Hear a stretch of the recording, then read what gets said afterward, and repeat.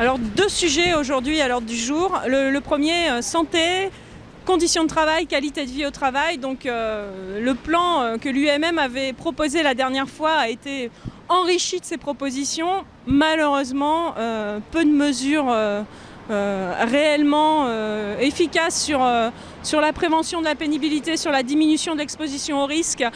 Pas de contraintes pour les entreprises, voire même parfois implicitement ou explicitement une volonté de culpabiliser le salarié dans la protection de sa santé et dans la qualité de vie au travail. Par exemple, la qualité de vie au travail implique que le salarié soit respectueux et poli. Voilà.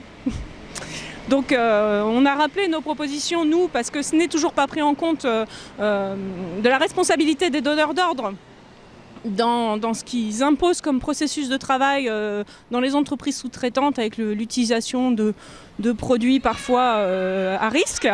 Donc l'idée de créer du lien entre les salariés des donneurs d'ordre des sous-traitants par le biais d'un comité inter-entreprise, mais ce n'est pas pris en compte par l'UMM. Donc on attend une prochaine réunion. On sent que l'UMM veut aller très vite sur ce sujet. Pourtant l'accord fait 42 pages. Donc 42 pages, on pourrait être en droit d'avoir une négociation à la mesure qui prenne le temps et qui pose vraiment les enjeux sur cette question essentielle de la santé au travail. Mais là, la volonté de l'UMM, c'est que la prochaine réunion du 20 avril soit conclusive sur ces questions essentielles. Deuxième sujet, c'est l'UMM veut véritablement dégrader les conditions de travail des salariés puisqu'ils veulent généraliser la précarité dans le travail. Deux sujets étaient dans cet accord avec une deuxième réunion, contrat de chantier et allongement des contrats des CDD et de l'intérim.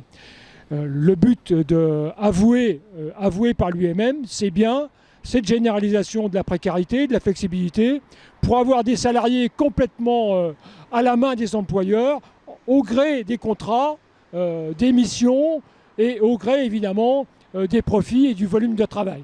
Voilà un peu ce deuxième sujet qui va véritablement impacter la vie des salariés et qui va, au bout du bout, encore augmenter la précarité du travail.